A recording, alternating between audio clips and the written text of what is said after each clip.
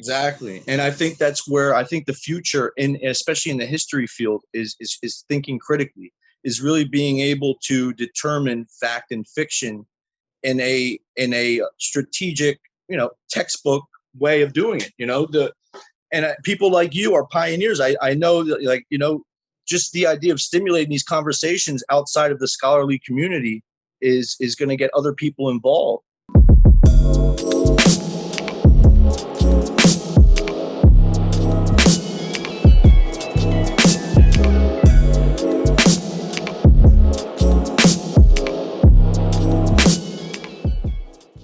All right, Mike, thanks for joining me today. I appreciate you taking some time to have this discussion. My pleasure, Stephen. My pleasure. It's an honor. We've been trying to set this up here for a month or two now, and finally our schedules have aligned to allow it. So that is fun. I'm bringing you on here to talk about your book that you've recently published. It's a historical fiction with some grains of truth in it to get people kind of thinking about the past a bit more. It focuses in on the 15th century and historical deception. So I will let you kind of give a preview on that if you want to share a bit about it. Sure. Well, the main character of the book, it is a historical fiction, but it is based on a true story, would be a Leon Battista Alberti. He's a Renaissance humanist in the 15th century that was responsible for studying Roman remains, taking a lot of the old text and translating them into Latin, doing a lot of the things that on the record, the historical record, seem totally legit. But when you start peeling things back, you start to see, okay, maybe some of these so-called ancient remains were fabricated. And he had a whole posse of humanists that were also busted for similar things.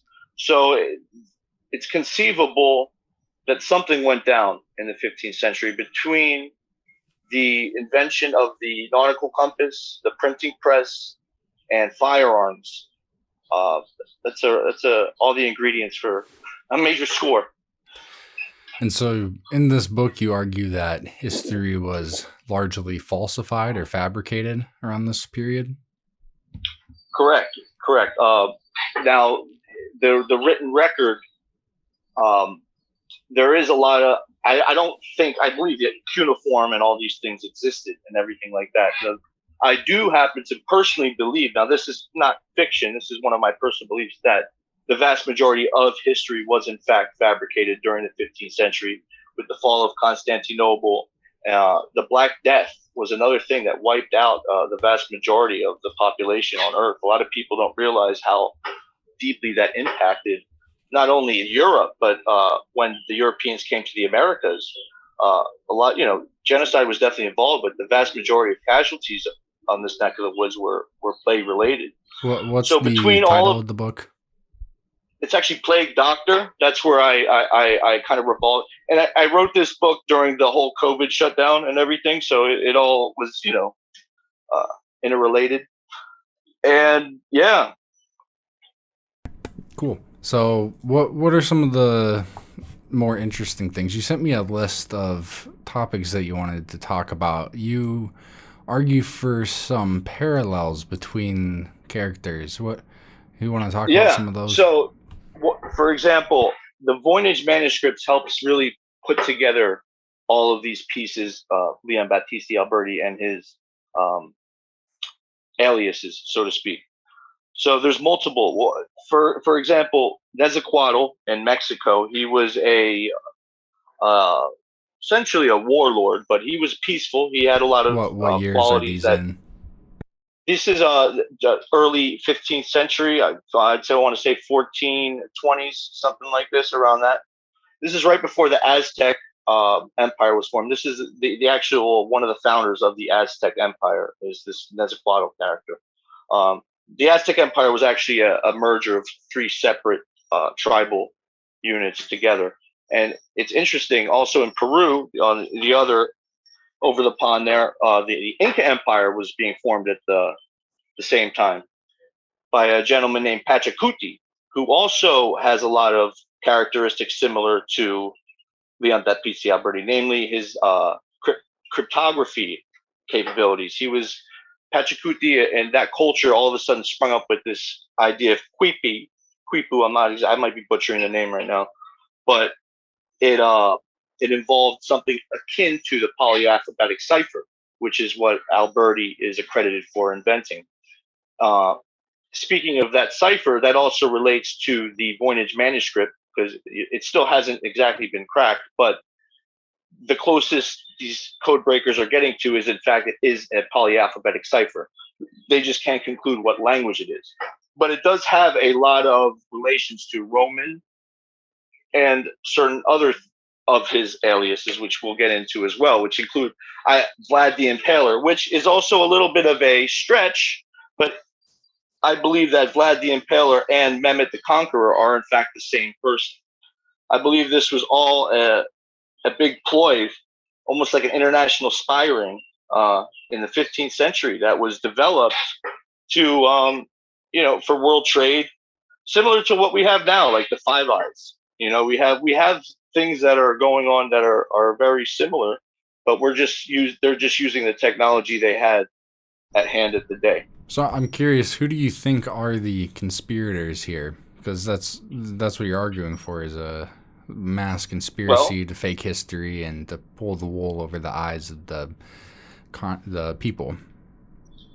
Yeah, if you really look at, I would have to say there's a symbolism. It would be the serpent and the eagle. You look at their symbolism. You could say I could say the Romans.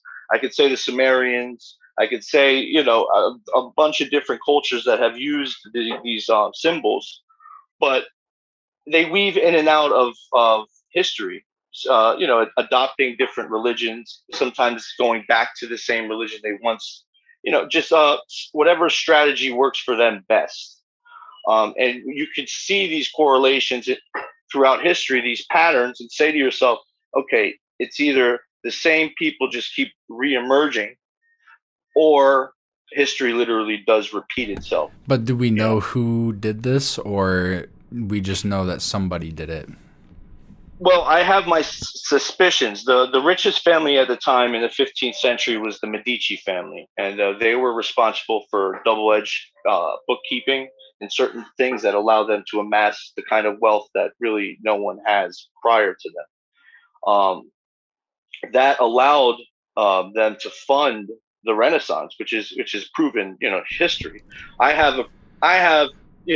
I believe that they were funding black ops, so to speak. They were funding these forgeries. They were the one that had these humanists going all around the world, giving Rome this ancient history that wasn't really there. I think that people were in the Stone Age before the 15th century, and they wanted to cover it up. So that was their intentions. Because when you ask, people, okay, why would they do this? That's why. And it makes sense. I mean, people want to make themselves and their families better than. I mean, it's competitive. We don't have to get into the psychological. So I guess that answers we don't your have question. any convictions yet, but Medici's are the prime suspect. Well, yeah, I would say the Medicis. You also look at, for example, Amerigo Vespucci. The Americas were named after him. He was on the payroll of the Medici family. You can see Lorenzo de' Medici. He was in constant contact with Leon Battista Alberti. He was kind of like his mentor. Alberti was. Are you familiar with the claims about Vespucci forging travel narratives?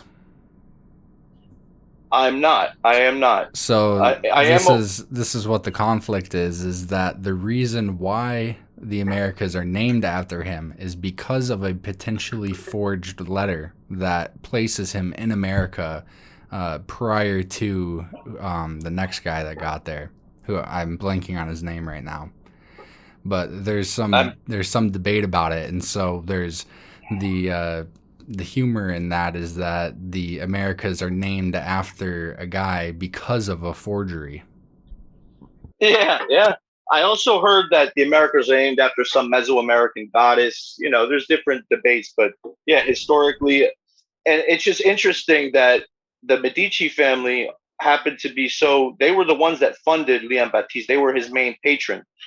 And when you think about the idea that, the first mathematical idea of perspective came from Alberti, and even the Latin language, when you start to break down where modern Italian comes from, it derives from his linguistic studies.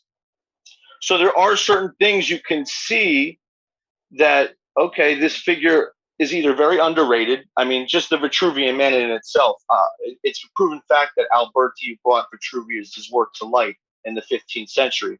And Vitruvius is I believe he's a first century. You can correct me if I'm wrong, but an ancient Roman architect. And there are people that argue that Vitruvius is in fact. You said it's a proven fact that Alberti revived Vitruvius, as in nobody knew about the first him prior? time.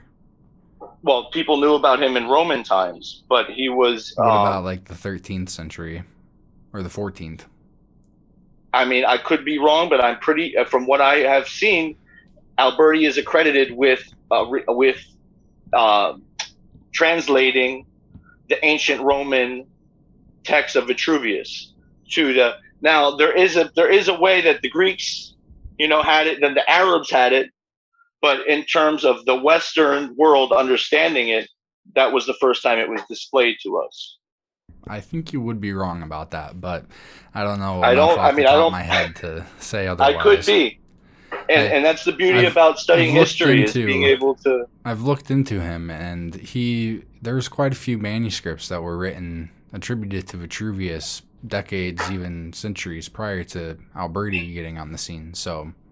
Well, speaking of Vitruvius, let's just dive down that route a little bit. I mean, we could agree to disagree, and that's great. Yeah. I mean, that's what it's all about, is debating these things and having a healthy debate. Exactly. Speaking of Vitruvius, now his name, there's a lot of speculation about Vitruvius's existence and if, in fact, this guy was even around. His surname is it caught my eye because it was Marcus Polio Vitruvius, something along the lines of Marcus Polio Vitruvius, something like this.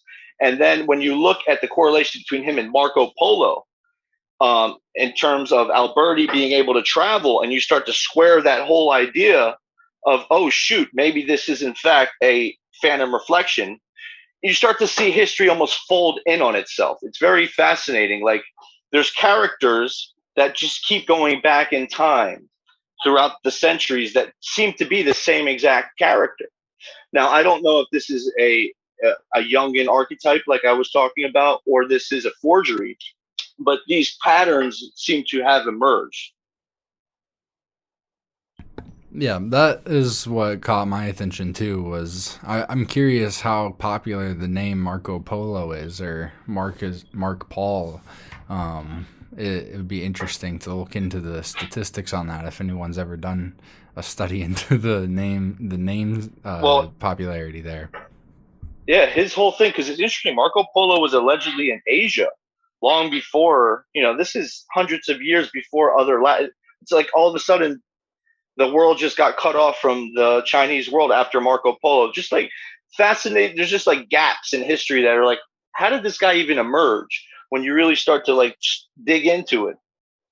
So yeah, it's things like that really make you think like, okay, there's breadcrumbs, and if you start following them, you can see how somebody just took one main primal story and folded dozens in on it, and changing them slightly, But that's what I come to that conclusion, and it really gets even deeper than that. But we'll get into that as we continue. What are some of the greater parallels between Marco Polo and Vitruvius? Specifically, so Vitruvius, he was in charge, also accredited with being close to a lot of commanders and stuff like that. He was, which is something. It's more so the Vitruvius and Alberti. So it's so much. The real correlations are not so much. The only real correlation between Marco Polo and Marcus Vitruvius is the name. But when you start to square that with Vitruvius being Alberti, which scholars like Fomenko claim, you say, oh, wow, if in fact Alberti was traveling before Columbus to the New World, this all starts to make sense. So it's little things like that are what caught my attention. So Marco Polo and Vitruvius on their own aren't too paralleled, but with the Alberti connection, then the picture starts to come together. My point, like, exactly. And the way to really, it's difficult to get your mind around this, because you have to think everything is centered around, or most things are centered around the 15th century. So when you start, and Marco Polo is 12th century, Vitruvius is 1st century, something like this.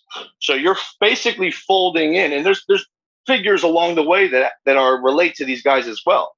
We're just talking about two that stand out.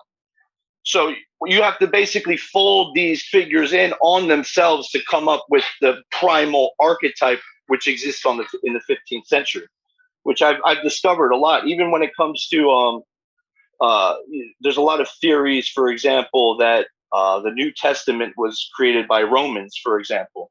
But a lot of the Medici popes, you can see, relate to people like Vespasian and other things. And I'm not. I wouldn't say I get into it further in the book. I could recall some things. We're gonna resume now. Yeah, sorry about that, guys. I got a call and my headset friggin'. Anyway, so I hope the sound quality is good. So we were getting into the Medici popes. There was a theory. I'm trying to recall the gentleman's name. It's called Caesar's Messiah by Atwill. Jan Atwill, I want to say his name is. It's Joseph Atwill. Joseph Atwill. Joseph Atwill. He gives certain correspondences between certain Roman emperors and certain figures in the New Testament. And I give certain correspondences to these Roman emperors and the popes of the Medici popes. So, like, those are some correspondences. There's also a lot of other correspondences that keep coming up, like the popes, and then how it relates to even Islam, even the Prophet Mahmad and Mehmet the Conqueror, which happens to be another alias of Alberti. He reinvented himself as both Vlad the Impaler and Mehmet the Conqueror, who, historically, as a history buff, you'd know that these guys friggin' were essentially arch enemies. Apparently, Vlad got his head chopped off and it was sent to Mehmet just to confirm his death. But I beg to differ. I think they were, in fact, the same person, and it was just a controlled opposition situation. And there's a lot of correspondences. Like when you look at even Mehmet the Conqueror, you see that the guy spoke Italian and Latin fluently. He was a huge Renaissance patron. He was a humanist. He actually had Italian humanists in his Islamic court. A lot of people don't realize that even when he conquered Constantinople, the Venetians, there was a lot of people, especially from Genoa, which is Alberti's hometown, allegedly, on the record. I believe it's in Mexico. But you can see that this guy Mehmet had a lot of... You think Alberti is from Mexico? Well, I believe he was initially from Mexico. I think he was in fact born in Mexico. He was born in Mexico. That's the thing. Like when he was somebody that was... But when I say born in Mexico, that's also a very complicated subject, because Mexico was a multi-ethnic place even before the Spanish got there. If you look at a lot of their pictures and stuff, you'll find that even a multiracial region. So even the term Mexico, the Mexica, historically killed Nezahualcoyotl's father, which is what I argue gave Nezahualcoyotl the reason to go to the Americas and start this Renaissance and come back and wreak havoc. If you even notice the name Pachacuti, which is another one of the aliases. I'm sorry, real quick. That started the Renaissance? Well, Petrarch is accredited to starting the Renaissance, but in terms of, if you really understand, like, the Renaissance was really spearheaded by the theory of perspective in terms of art. That's really what in 3D, and Alberti wasn't necessarily an artist, like but he was a teacher, and a lot of people really looked up to him, Da Vinci especially. So I even argue that the Vitruvian man is in fact Alberti, like the actual person, because if you look at who Alberti was, he was he's described as a very tall, athletic figure that could jump over a horse, do just remarkable things, like random things. You'd be like, what's going on here? And I happen to believe this guy was one of these, like, a true Renaissance man. I think he traveled the world reinventing himself. Could he leap over a building in a single bound, though? I mean, that's what like. I mean, look, a lot of Renaissance people at the time, they'd embellish their autobiographies and make themselves out. So I wouldn't be surprised if realistically that's what it was. But these correlations are interesting. Mm-hmm. And it does. You'd want to argue there are certain correlations, especially with Alberti and some of these Mesoamerican figures. These guys were all humanists. Like all of a sudden, this whole idea of the arts just sprang up in these random places, and the architecture changed, and the whole idea of just hierarchies. There was a real social stratification that occurred during this time all over the world. And there's been multiple times this occurred. This goes all the way back to the Younger Dryas, before the creation of writing. We can actually see this in the historical record. So I'm not saying that the historical record was just false. I just think that our consciousness is constantly evolving, and what we deem to be behaviorally modern right now, as you and I are speaking, we weren't in that state collectively. I'm sure there were a few of us that were. What do you mean by consciousness? It's a very consciousness in terms of self-awareness. I think that most people weren't literate, and I think the language and reading and all these things contribute to a different form of consciousness. So I think we took a quantum leap in our intelligence and our way of navigating through the world. I think we were basically like a hive mind. We were talking to ourselves, and we had different.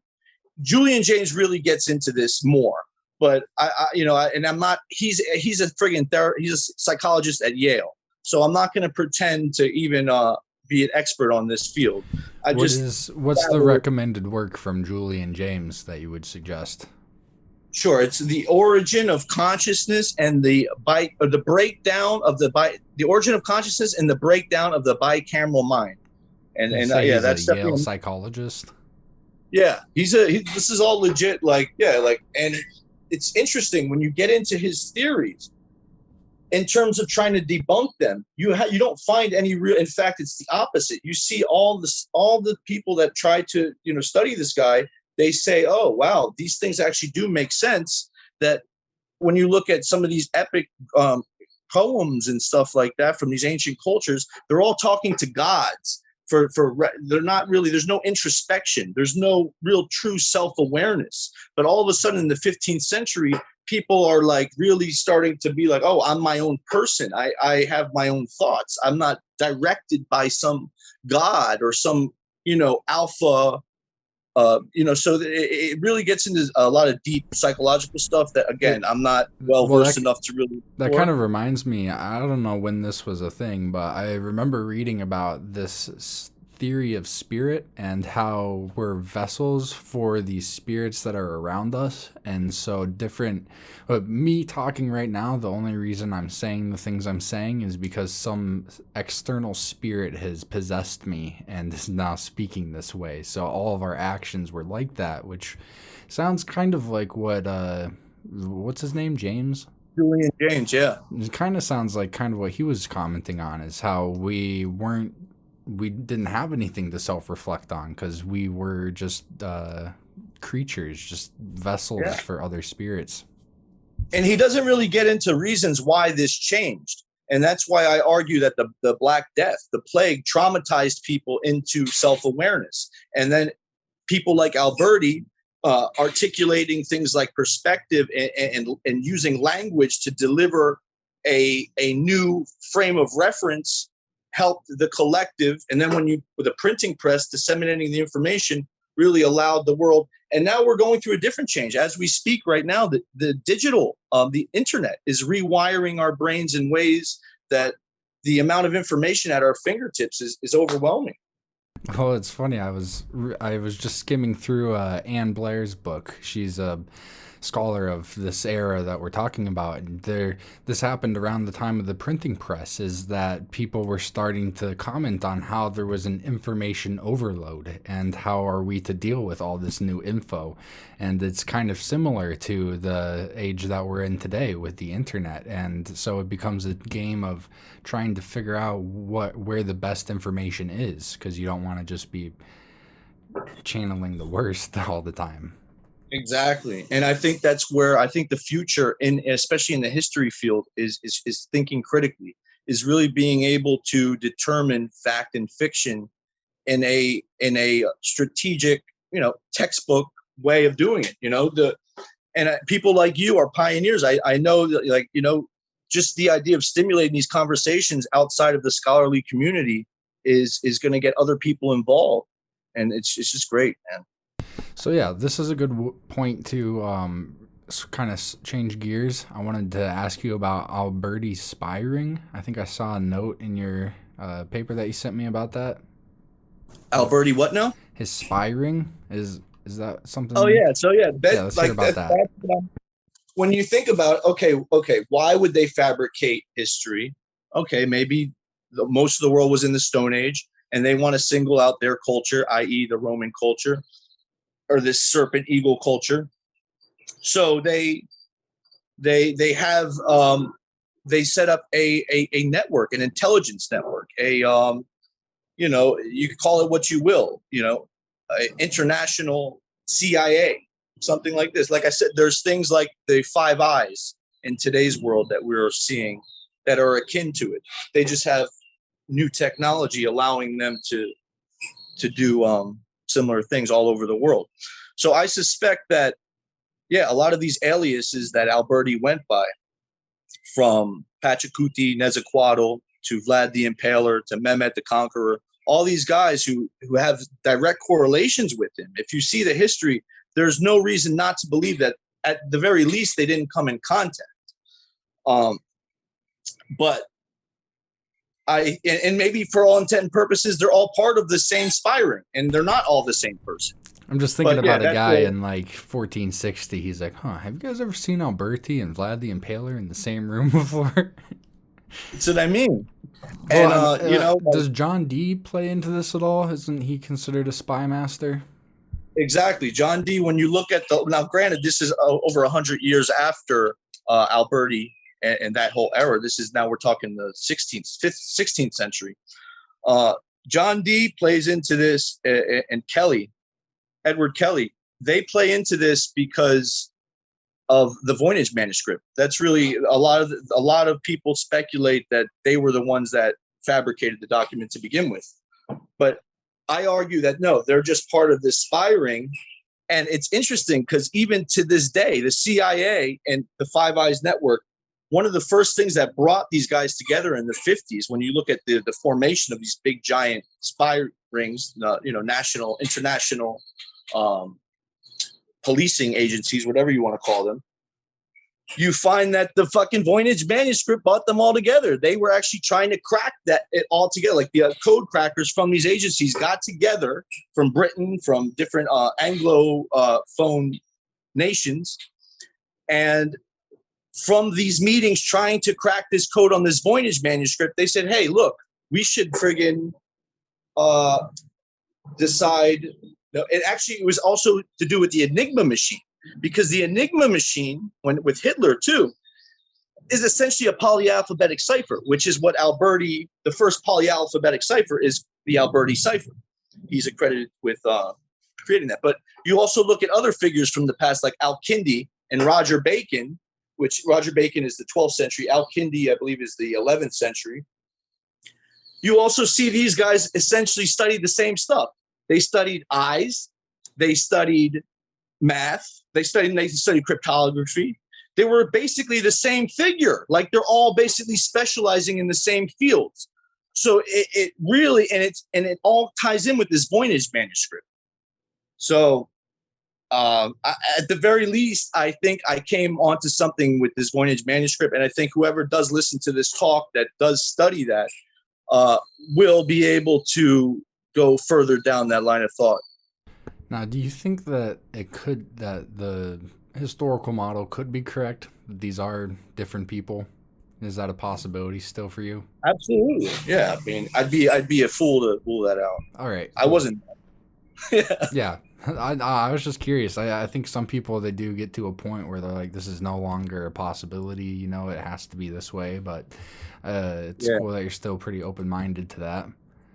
That's the most important thing, man, is staying open-minded and being able to be debunked. I'd love to, like, by all means, Stephen, if you hear me say something that's like, no, that you know, call me out. This is what it's all about, is having a dialogue and having being able to determine what the truth is. Well, I have done that a couple times so far, and definitely on our off-recorded stuff, I've called you out on a few different things. So that's what I mean. Do it public, man. It's all right. Don't worry about it. Yeah, I think actually we might just want to stop here since we've talked about so many different things. We could do another recording in the future.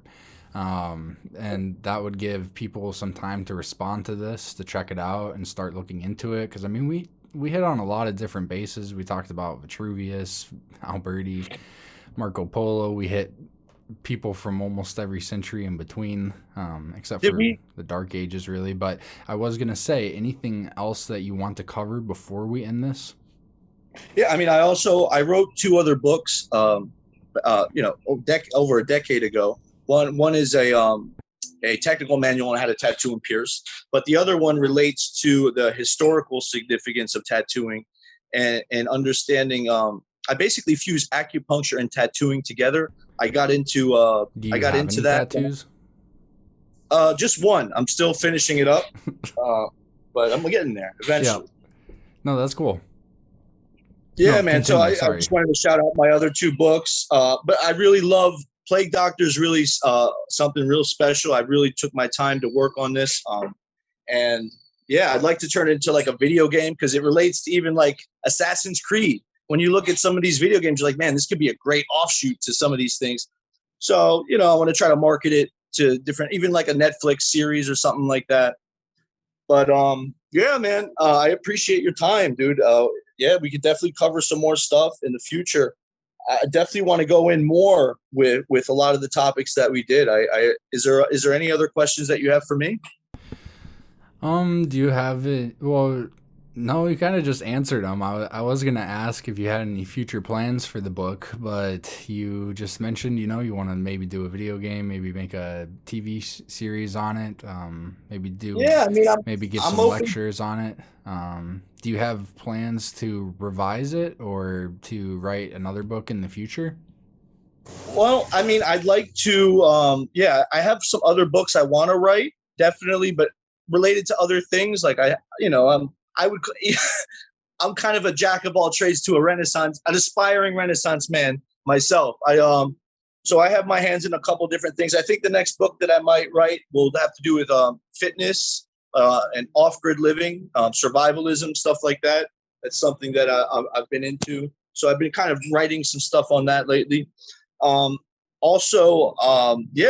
Just, you know, my main bread and butter is I'm a web developer. You know, I build websites. So if anyone's interested in having their websites built, I specialize in SEO. So getting your site to the front of Google after it's built. So yeah, check me out. Stephen, I appreciate the opportunity. Let's do this again. And we'll talk soon, brother. Yep. Thanks for your time, Mike. Everyone who's watching, be sure to like, hit subscribe, leave a comment, tell us what you agree with, what you disagree with, and I will get back to you in the comments. So until then, never stop seeking the truth about chronology.